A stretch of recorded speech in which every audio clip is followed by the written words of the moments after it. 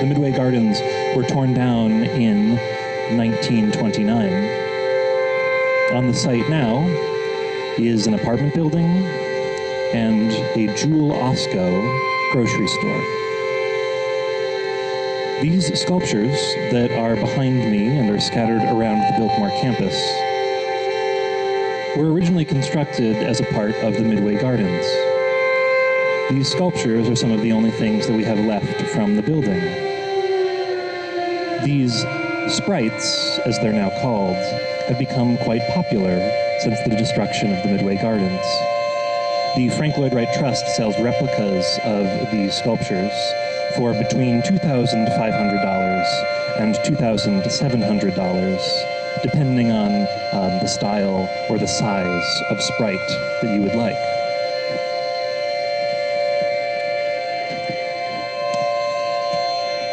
The sculptures that are behind me are in fact those replicas. You can see on the lower part, on the back, a little signature of Frank Lloyd Wright. I do believe that there are some original sculptures around this campus, including the one that is directly behind us.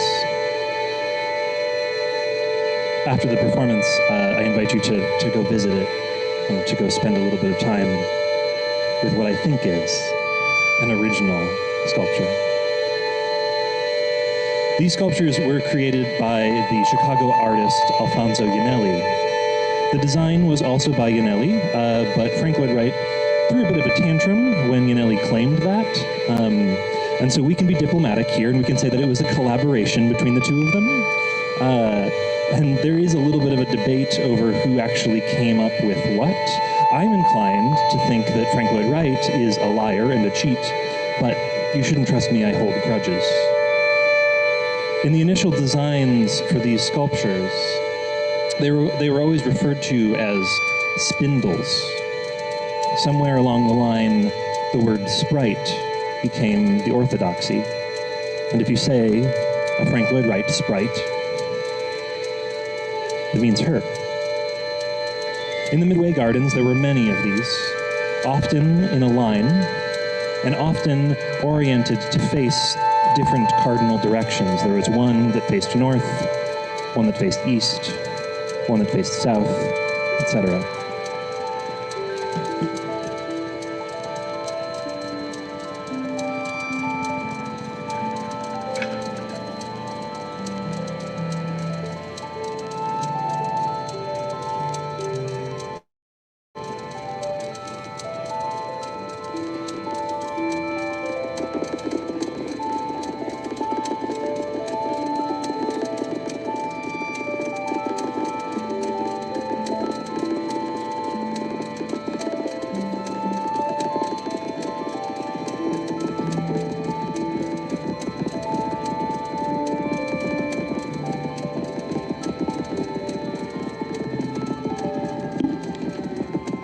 In his autobiography, Wright writes about the model that posed for these sculptures, and mentions specifically that she was unable to read, but carried around the works of Ibsen with her wherever she went.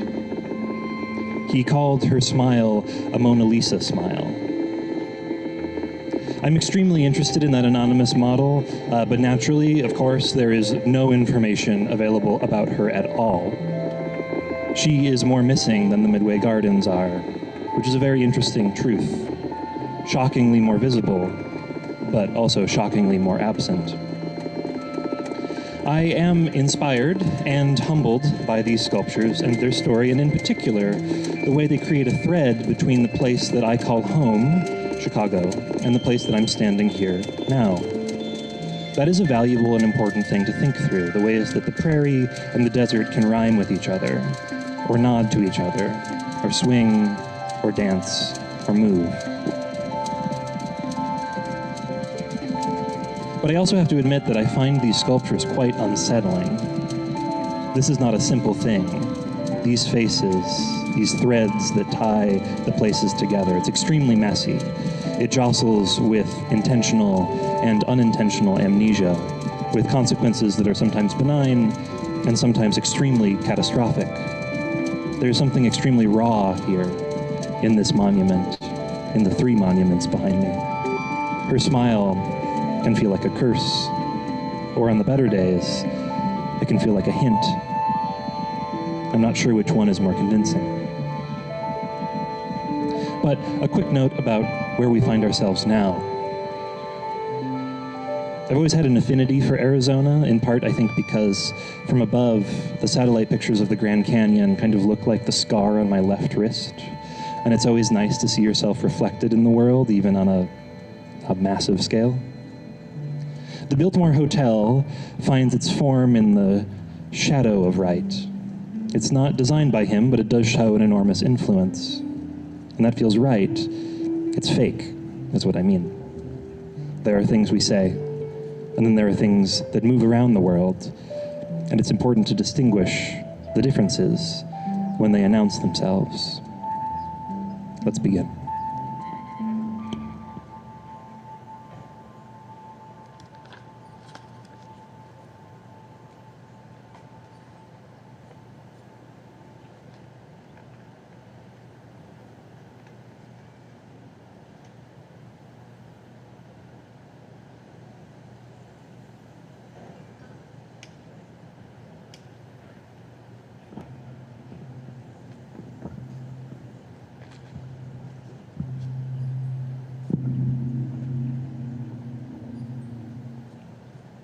A pleasant smile broke quietly over his lips, a tolerant smile curled his lips, his face smiled with delight, horn of a bull, horse of a hoof, smile of a Saxon, why, sir, he asked, beginning to smile, a primrose doublet, fortune's knave, smiled on my fear, smiled, cream fruit smell, he smiled, pleasing himself, his prolonged, his pleased smile, he smiled, pouring her full lips, drinking, smiled, he smiled, glancing askance at her mocking eyes, he smiled with troubled affectation at the kitchen window, strolling towards Brunswick Street, he smiled, smiled joylessly, madam, smiled, I smiled back, a smile goes a long way, he smiled, rewarded by smiles, a meek smile, accompanied by him as he lifted the counter flap, shadowed by a smile, both smiled over the cross blind, a smile of light darkened his dark-rimmed eyes, lengthened his long lips, and about to smile he strode on jerkily, and the meshes of his wry smile, he smiled o'er rocks at two windows of the ballast office, his smile faded as he walked, whose smile upon each feature plays with such and such replete, smiled, yawned, nodded, all in one, smile, smile, Cranley, smile, between the Saxon smile and Yankee up, toward the greetings of their smiles, he smiled on all sides equally, a funny smile rayed on his loose features,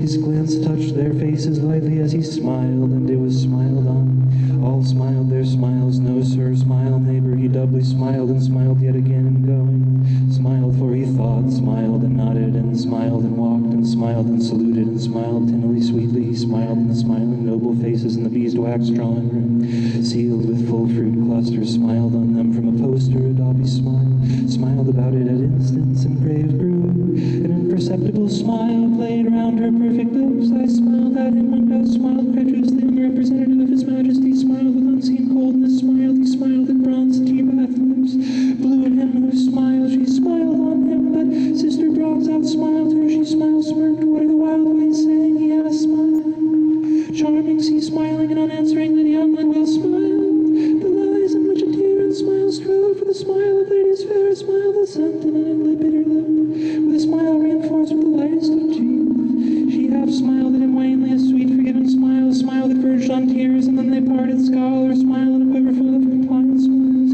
the scent, the smile, those who have passed on, those who have gone before, are happy too as they gaze down and smile upon the touching scene, with a sour, tenderish smile, with a sinister smile, with a bewitching smile, smiles superciliously on the court, he smiles uneasily, his smile softens, silver smile, with a smile in his eye, smiles, nods slowly and smiles to his hasty bow, frowns, then smiles, preoccupied, smiles, laughs, smiles, aged smiles, smiles yellowly, a painted smile on his face with a subtle smile of death's madness, a ghastly lewd smile, added he, with a smile, a half smile, a smile of unbelief, without the faintest suspicion of a smile, and a loved one smiles, and about to smile he, something to it be admired, and if he had smiled, why would he have smiled, just half smiled, smiled on him.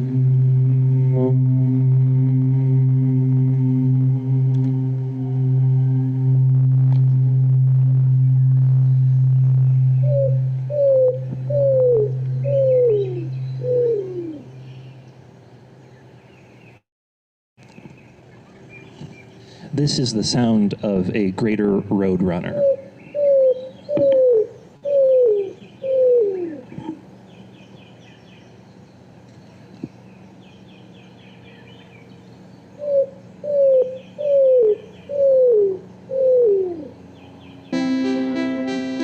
This is the sound of volcanic ash being rubbed against a tough surface.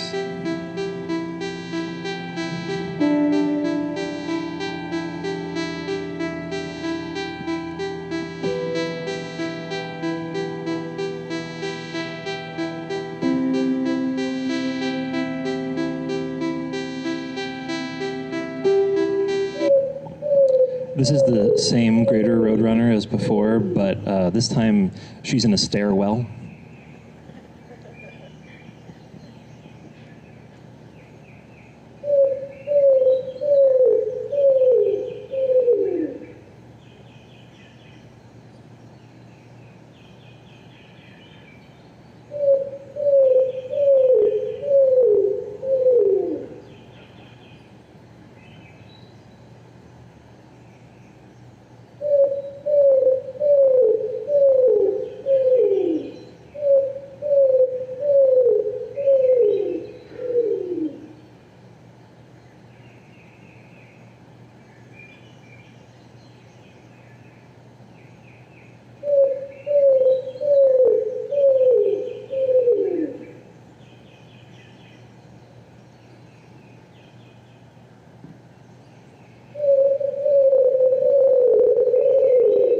Now she's moved into a nuclear reactor facility in Sweden.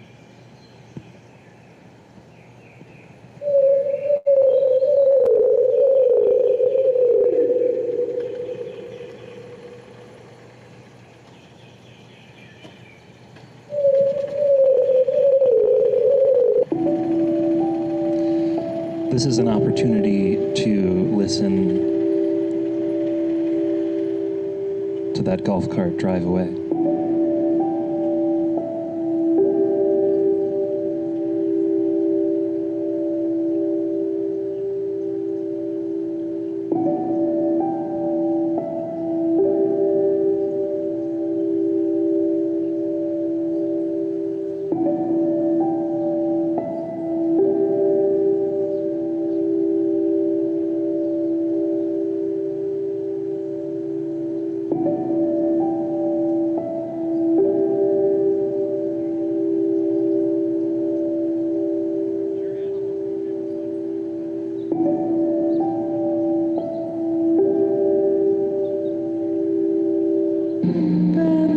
This is the sound of yours truly rehearsing for the first part of this performance lecture. This is the part of the performance where I bow down to Father Time. This would make sense if you were there, but and I sing an adapted version of the Shakespeare monologue, All the World's a Stage.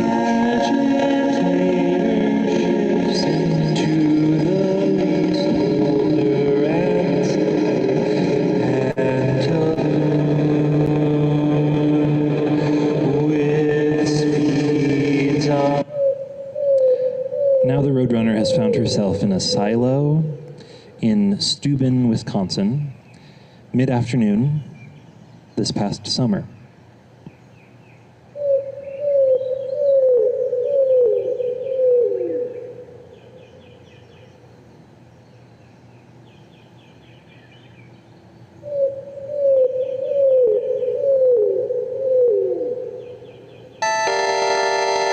This is a sound about things that are two things at once, good and bad, even if they're in slightly different proportions. This is about that sort of disequilibrium.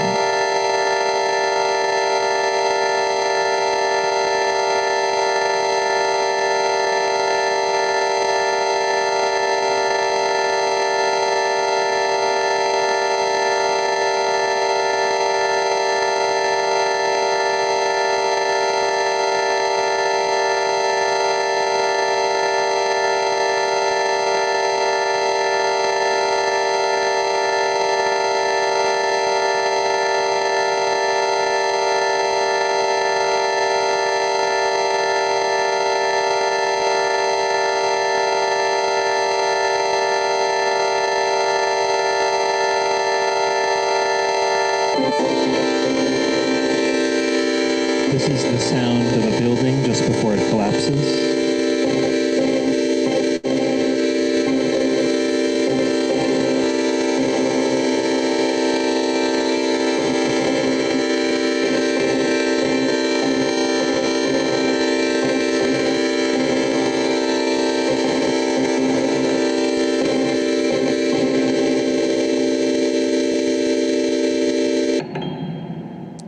This is an opportunity to turn away from the Biltmore Hotel and instead imagine some sort of brave internal landscape that is entirely unique and entirely your own.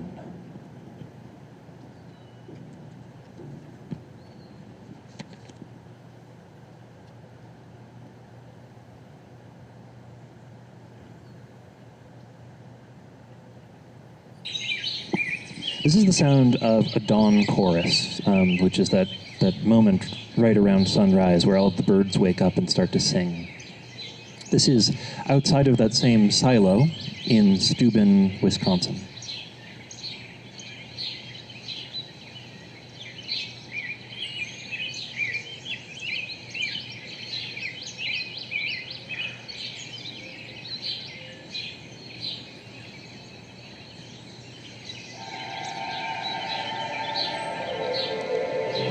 This is the sound of having a memory while the birds in Steuben, Wisconsin keep you up at 5 in the morning.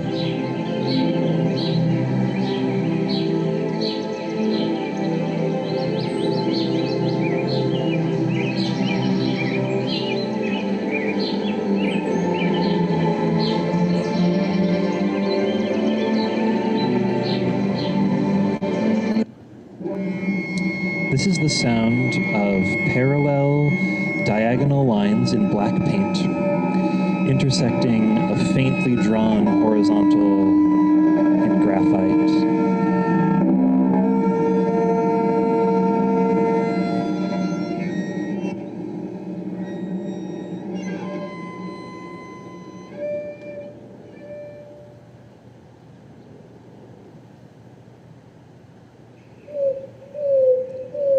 Now she's under an overpass.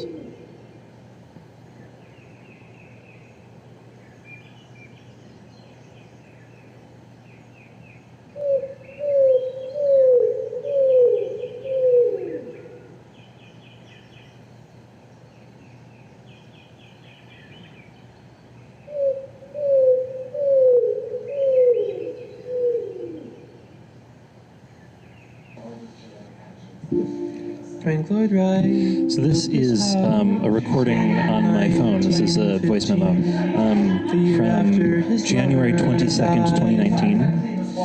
In this voice memo, I am sketching a song from a performance that I was working on. The performance took place in a Frank Lloyd Wright house in Chicago, and this is the house, actually, is on my shirt.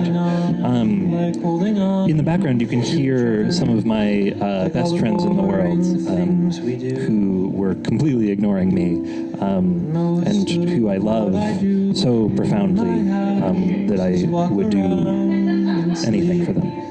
Fill up space, exist in flat moments, and just before the construction of this house, Wright built the Midway Gardens in Woodlawn.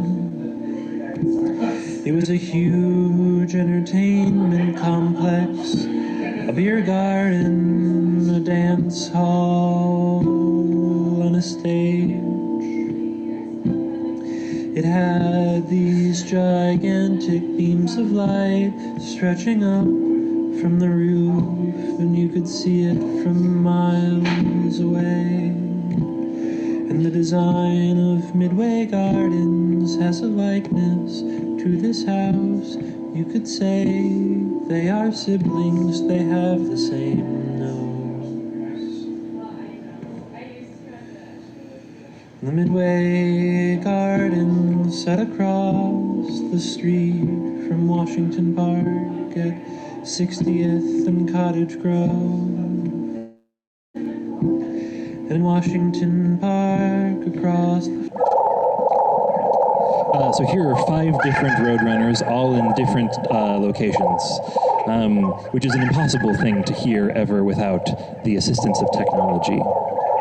The ambience of 5 different spaces all at the same time.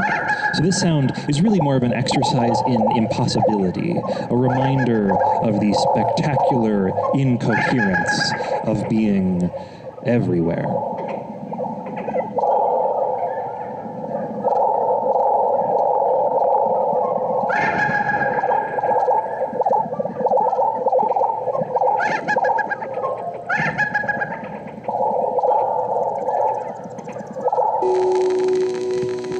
And this is a song by a band from Chicago.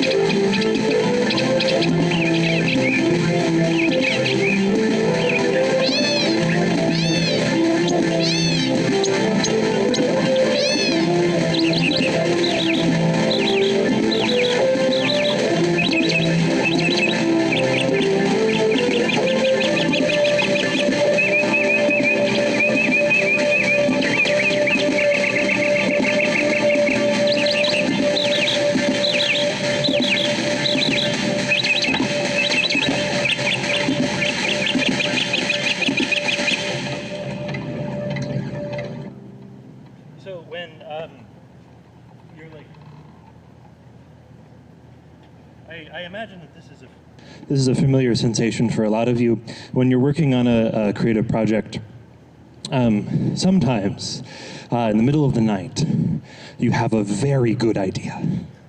And then you wake up in the morning, and it's really not a good idea. I had one of those for this performance, which was I wanted to have a way to sonify the distance between here and Chicago. I am not a particularly visual thinker. I'm an oral one, and so I thought, okay, the first half of the performance uses a lot of radios. What would happen if you had a gigantic radio transmitter in Chicago, and you played a sound there, and you sent it over the radio waves, and it was so powerful that it could make it over here to Arizona? How long would that delay be? And could I then compose a piece of music that riffed on that used that delay as a creative constraint or a creative impulse? This is what that sounds like. So this is the sound in Chicago and then the sound in Phoenix.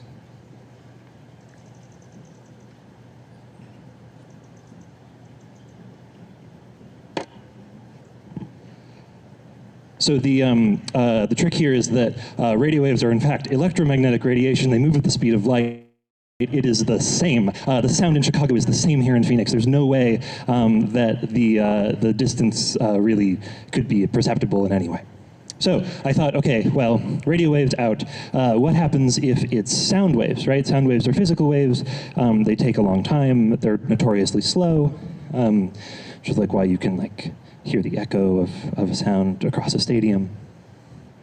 So I did the calculation, and here's what that sounds like if you had a gigantic speaker in Chicago, sort of like a weapon that made a sound so loud you could hear it in Phoenix. This is what that sounds like.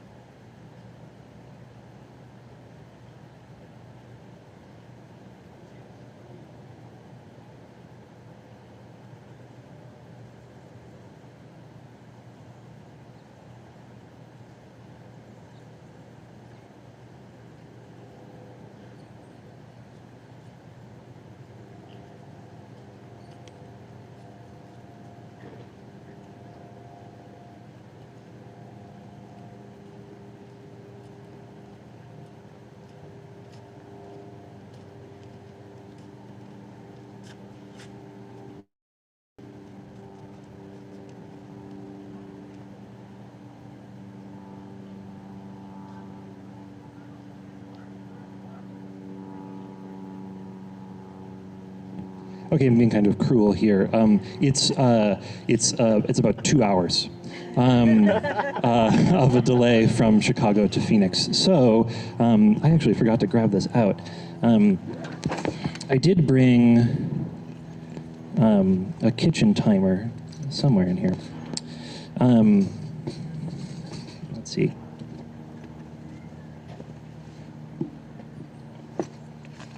I don't know where my kitchen timer went. Oh, it's right here.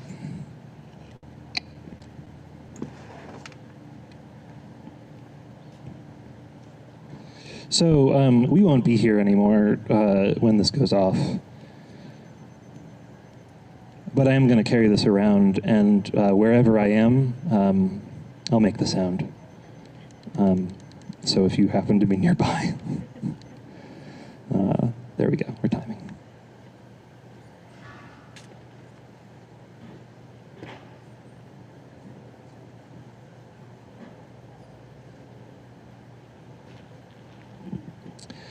One of my favorite modes of an arbitrary musical procedure.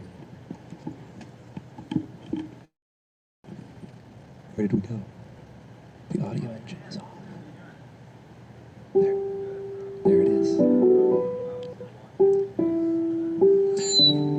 Excuse me. One of my favorite modes of an arbitrary musical procedure I borrow from John Cage, which is to randomly remove the notes from a piece of music. If you take the score and you use a chance operation to remove notes, what you end up with is sort of a skeleton of the original piece of music.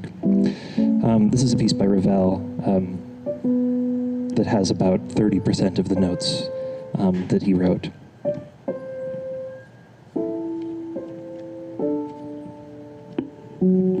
I've been thinking a lot about Zeno's paradox, which is the thought experiment that tries to look down on you. It says, if you have a destination to go somewhere, that you can go halfway, and then you can go another halfway, and you can go another halfway, and so on and so forth, and you never actually get anywhere. Motion is impossible. Of course, this is the kind of paradox that an irritating person brings up. But I've been curious about a riff on this, though, something like Zeno's paradox in reverse, where the distances are always increasing. So if you see a landmark and you move halfway there, then you realize you've misjudged your landmark, and you're in fact only a quarter of the way there, and you have twice as far to go as you thought. And this continues on and on indefinitely. And so wherever you're trying to get to always ends up twice as far away as what you think. And you might ask me, Corey, when would this ever happen? Certainly we have enough depth perception to avoid most of this, to which I would answer, well, let me tell you a story. When I was a child, I scraped my knee. I was running in a gravel lot, and the adults had told me not to run in the gravel lot, but no one really listened to that. There were tears in my eyes after I fell, but I did not cry. I held myself together, and I stumbled over to inside where I could be bandaged up. And a few days later, I took the dressing off of the wound, and I saw it then. Around the bloody pieces of my knee, some bits of gravel had found themselves implanted there. I touched it, and it didn't feel like my body. It felt hard. It felt like gravel. I was told that my body would, on its own, expel the foreign bits, that along with the scabs that inevitably show up, that so too these pieces of stone would fall away. And I never remember seeing that happen. Another story, I was around 25 the first time that I walked in the prairie. I was in Kansas, which has become something of a spiritual place for me. I was at the Tallgrass Prairie National Preserve, which is the largest patch of preserved tallgrass prairie. There's only about 1% of this ecosystem left. It's a total catastrophe. I didn't bring enough water, which was part of the problem. I made the rookie mistake of thinking that because the landscape was a simple one, because it seemed so self-similar, so uniform and understandable, from the beginning of the trail I thought, I don't have to bring water. The prairie is a wonderful and mysterious thing, in part because it's hard to name. It's not a singular object, it's a system.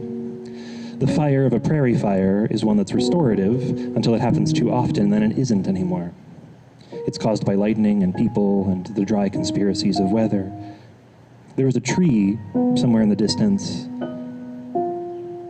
and it was shady under the tree. You can't really get a whole lot of shade in the prairie. And I was parched, so I walked towards it. There was a little stream that moved past the tree. Part of my problem, I think, is that I neglect the middle of things. I don't think I'm alone in this. In a landscape where you can't easily determine your position, the danger is always in underestimating. Never not underestimating, never not. But the middle is always less understandable than the beginning or the end. And I've come to this theory, which is that the middle is the point of least coherence. And to my argument, I'll offer the prairie, the desert. How to understand something like that. But I've gotten distracted from my point, which is to say, go out into the landscape, one of these landscapes where everything is a bit more intense and a bit more of the same. See a landmark and march towards it. You won't be surprised anymore when it turns out that you were never midway there.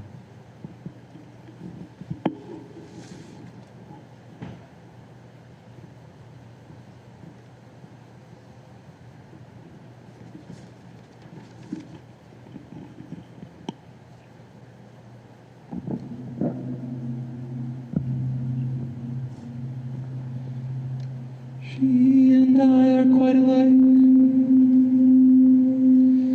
We were both born,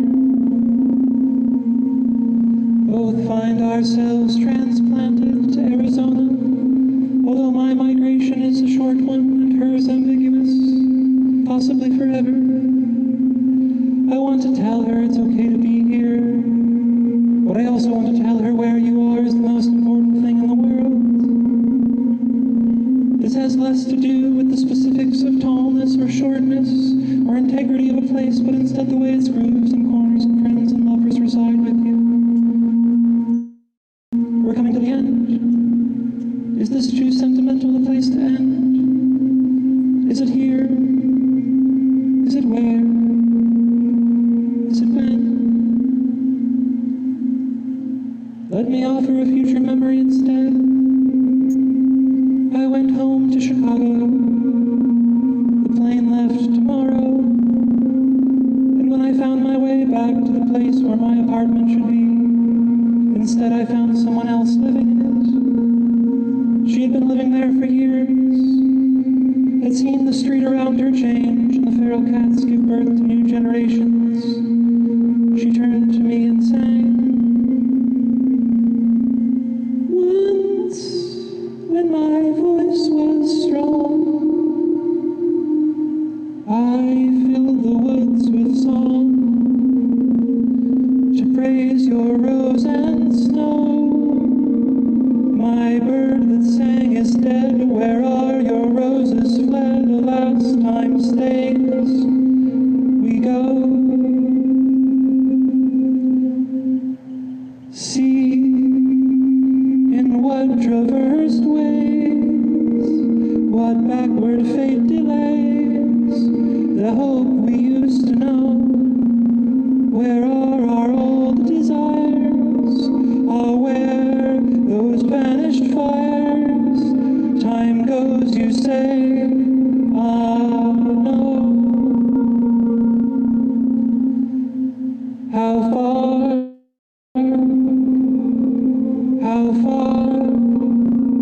oh sweet, the past behind our feet lies in the even glow.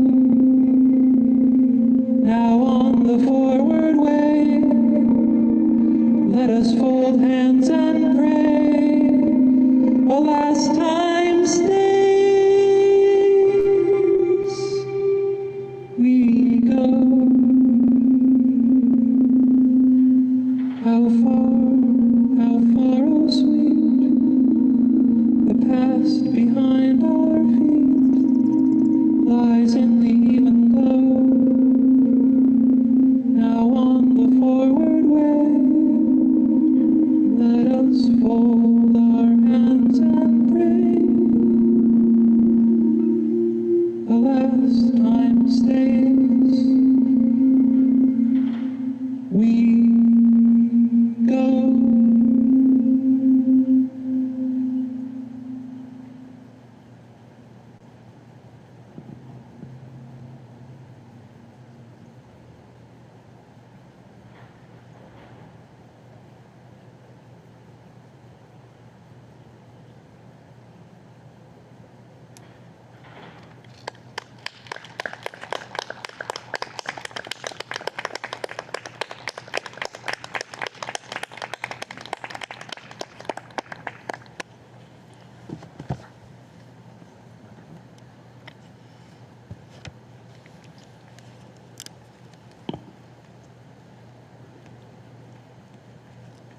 Thank you so much, Corey.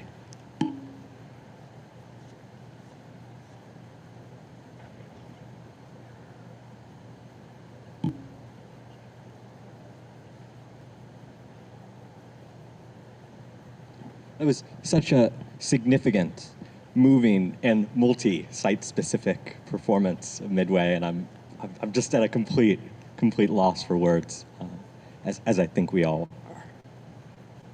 Just to note, part one, which took place in Chicago, is available as a recording on Corey's YouTube channel. There's a link on the Never Not in Crisis Symposium Eventbrite. Just Google it, it'll come right up, and you'll be able to find the link and see that performance.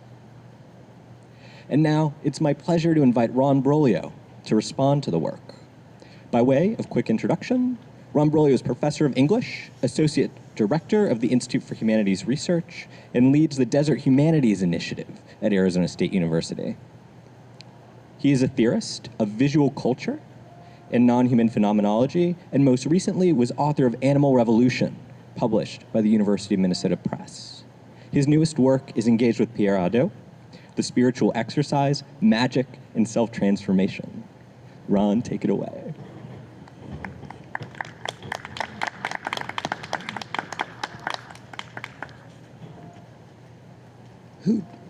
Who tried to domesticate these sprites? These sprites are beings of another space and time. We can think of pixies, we can think of one imp that helped animate them today. But we're aware that sprites are not meant to be domesticated. In fact, they've replicated themselves through our desire to domesticate them, to bring them into a garden space as if gardens themselves were tamed nature.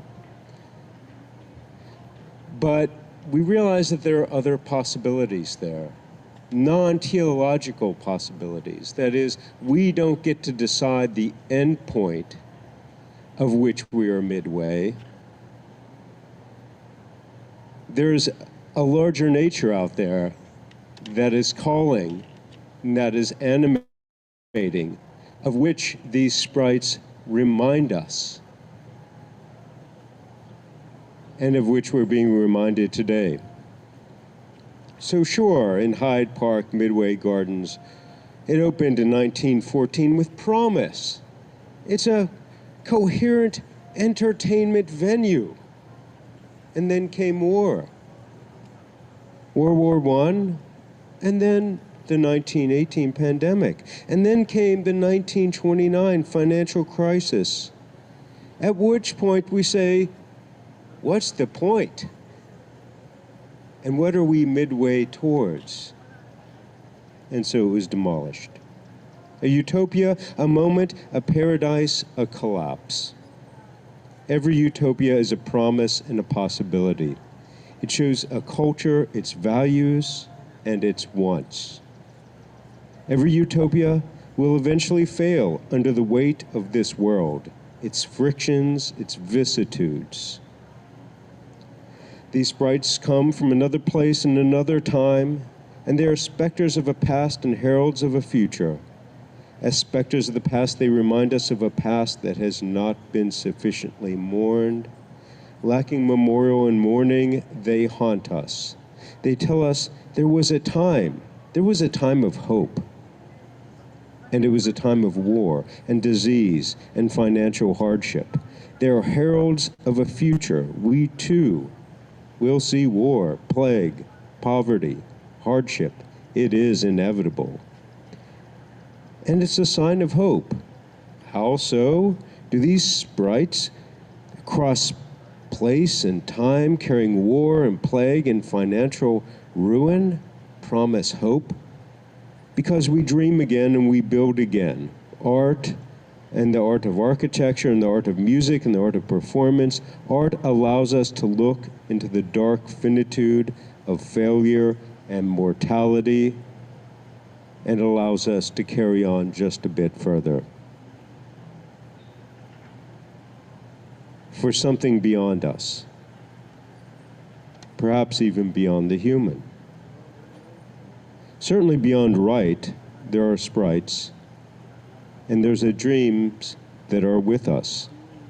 Beyond you and me, there are the making and the dreaming that we pass to a future. Sure, we can repeat the past and its dreams. We can take the Midwest and promise its dreaminess here in Phoenix, but then we've learned nothing, and there are those failures. And we can change the dream. We can bend it to time. We can bend it to water crisis, to climate change. Dream, but dream differently. Sprites can be specters, or they can be possibilities. But we can never fully control this thing that they point to that is always already beyond us.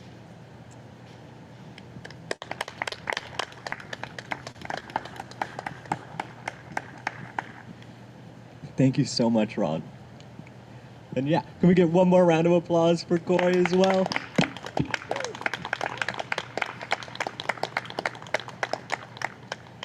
Thank you all so very much for being here. In person, online, in Phoenix, in Chicago, or wherever you are in the world.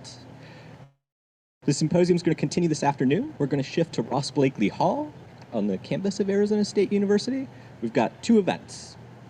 First, we have an artist workshop led by Mel Kaiser and Corey Smith, where we'll be thinking about performance as research methodology, and that'll also be available through the same Zoom webinar link. And then finally, we'll be ending the day with the second of 2 plenary labs led by Penelope Papayas. That lab is titled Future Relics of a Damaged Planet. And we'll be creating the relics that take their points of departure from the Never Not in Crisis Symposium. And if the first series of relics that were created in Chicago are placed on the Sprite statues that are on the other side of the lawn here in the Paradise Garden, the relics we'll be creating in conversation with Penelope this afternoon will be traveling from Tempe here to the Vale of Tempe in Greece. So we hope you'll join us for these events. And yeah, thank you so much for being here this morning.